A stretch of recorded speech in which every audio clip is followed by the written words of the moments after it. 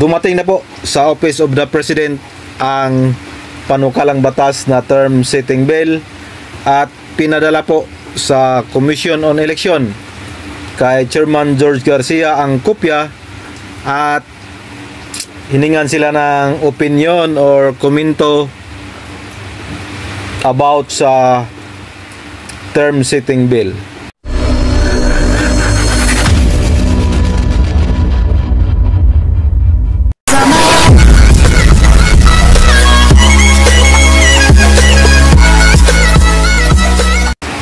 Hello! Welcome back mga kapobre. Your pobreng mapalad vlog is back. So isang maulang araw ng Huwebes ngayon mga kapobre. Ang lakas ng ulan sa amin dito mga kapobre. Bago natin umpisahan ang ating talakayan sa barangay at SK election na naman, pakita ko muna sa inyo yung malakas na ulan dito sa amin. Yun o, pumasok na ang tubig ng ulan.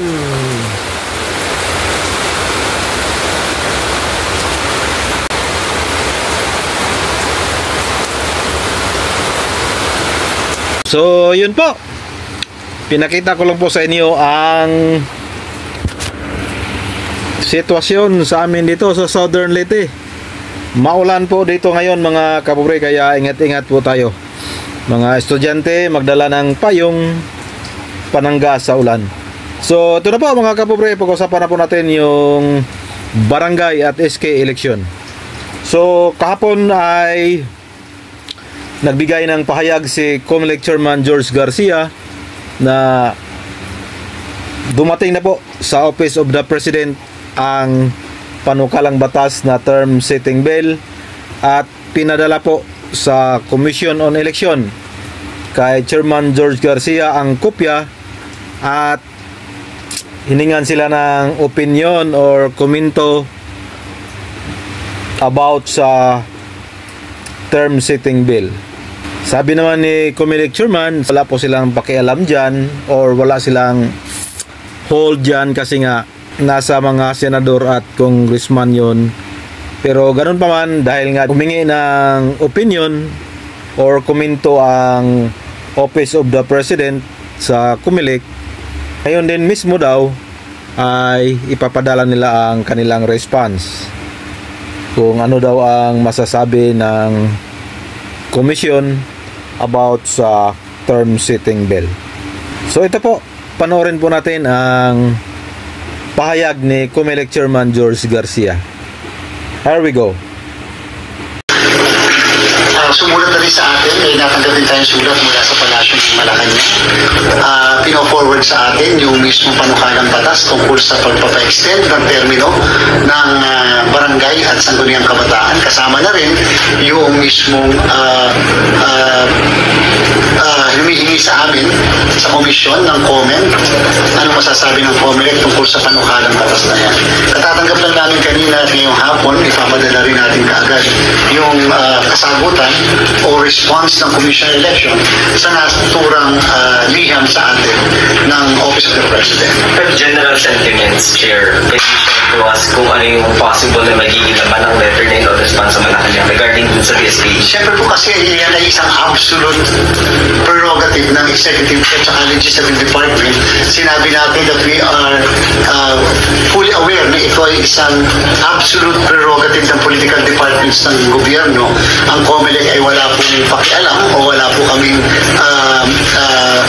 anuman na maaari ay contribute doon sa ating batas na ito, maliban sa nagbigay kami ng aming pong datos, aming paninindigan nung ito'y kasalukuyan na pinapakinggan sa mababang kapulungan at sa mataas na kapulungan.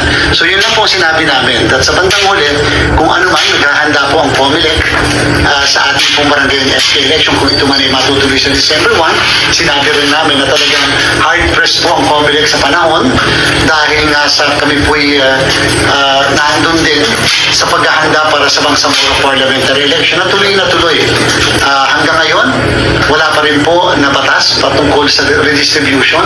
Kaya talagang nagdesisyon kami, we will proceed with 73 na seats. Madali na pong pag-usapan yung later kung ano yung gagawin doon sa 7 seats. Mahirap po kasi na habang buhay kami naghihintay para lang kumilos ang inyong commission on elections. Kaya again, tuloy na rin po yung mga election na gagawin namin sa July 26 sa Lanao del Sur at saka po sa Tawi-Tawi.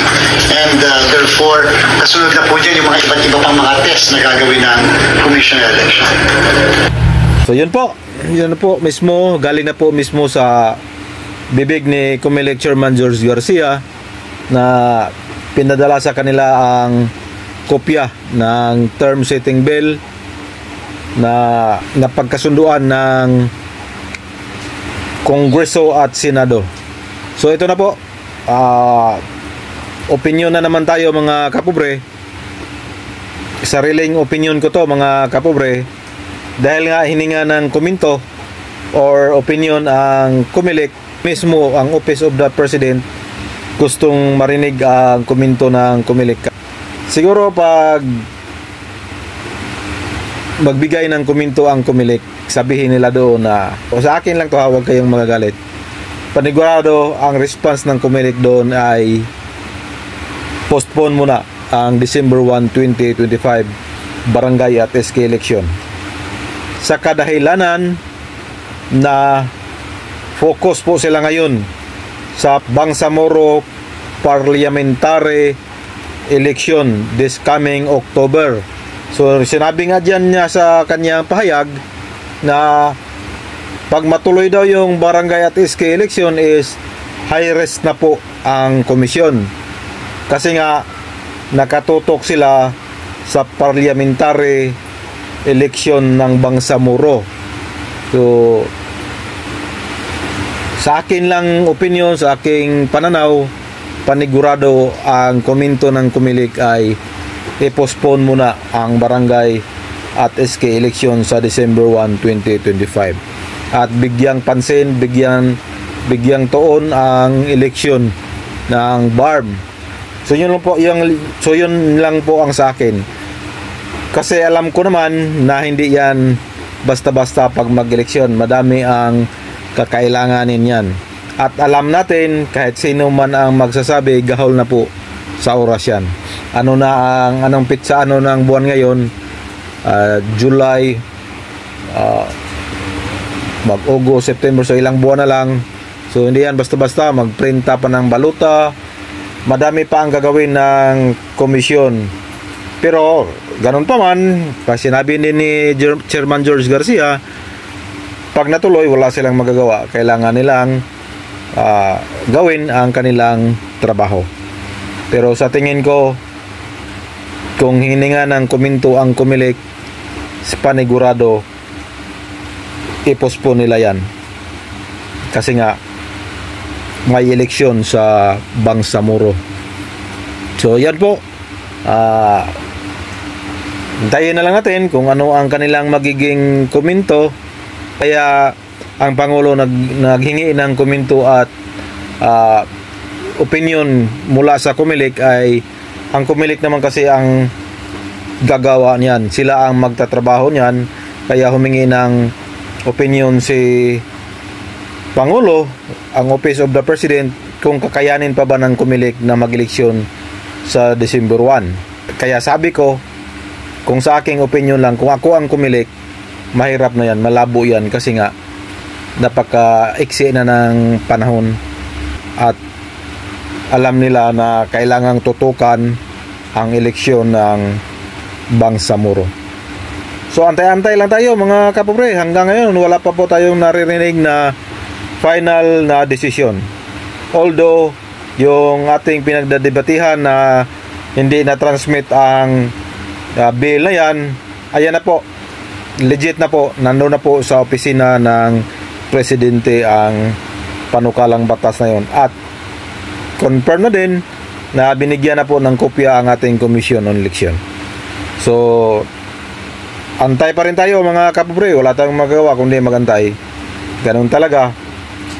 Antay-antay lang tayo sa mga aspirant at mga incumbent. Galaw-galaw na kung baka biglang magsabi na tuloy. So, galaw-galaw na kayo. Huwag kayong huwag kayong patulog-tulog diyan. So, hanggang dito na lang mga kapobre, yun po ang ating talakayan sa araw na ito. Magandang araw at isang maulang araw sa tanan, sa lahat. Ingat po kayo palagi, lalo na doon sa nakatira sa mga riverside, mga tabing ilog, kasi maulan. At saka yung mga bulubundukin na nakatira, delikado tayo dyan sa landslide kasi nga malakas ang ulan. So hanggang dito na lang, bye bye, God bless. This is your Pobreng Mapalad Vlog. Please like, share and subscribe para updated kayo sa ating mga videos. Salamat, bye bye, I love you all.